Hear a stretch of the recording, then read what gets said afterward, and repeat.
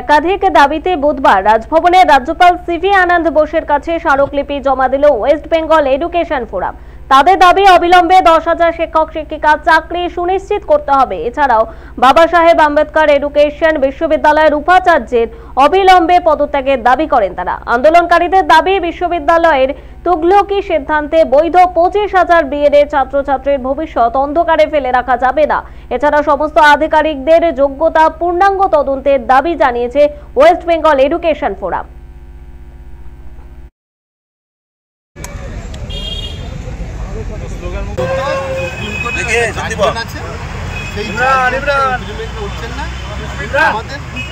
যে B Ed college বিশ্ববিদ্যালয় সেই বিশ্ববিদ্যালয় তাই জন্য আমাদের বিরিয়ানি খাওয়াবো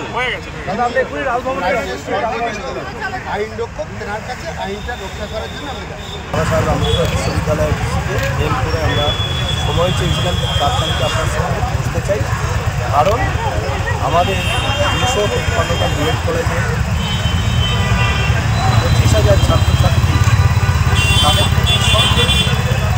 খারাপ মধ্যে আছে, কারণ তারা ভর্তি হয়েছে এখনও পর্যন্ত রেজিস্ট্রেশন পায়নি।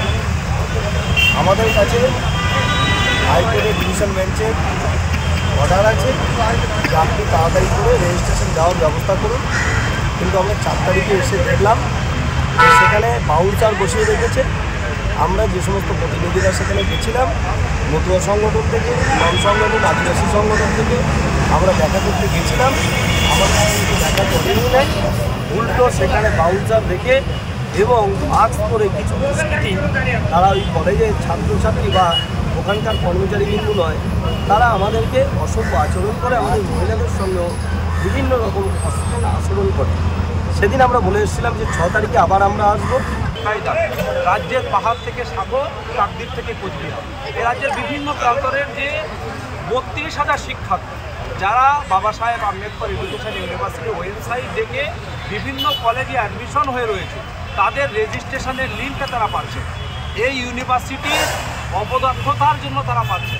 তাদের রেজিস্ট্রেশন প্রক্রিয়াকে তারা যাতে দ্রুত লিঙ্ক পায় এবং রেজিস্ট্রেশন প্রক্রিয়া কমপ্লিট হয়, তার জন্য এই বাংলার হাজার হাজার শিক্ষার্থী, আমরা সংখ্যালঘু সম্প্রদায়, আদিবাসী সম্প্রদায়, মতুয়া সম্প্রদায় কলকাতা রাজপথ অর্থাৎ আমরা রানী রাসমণি এভিনিউতে এই সভা করছি।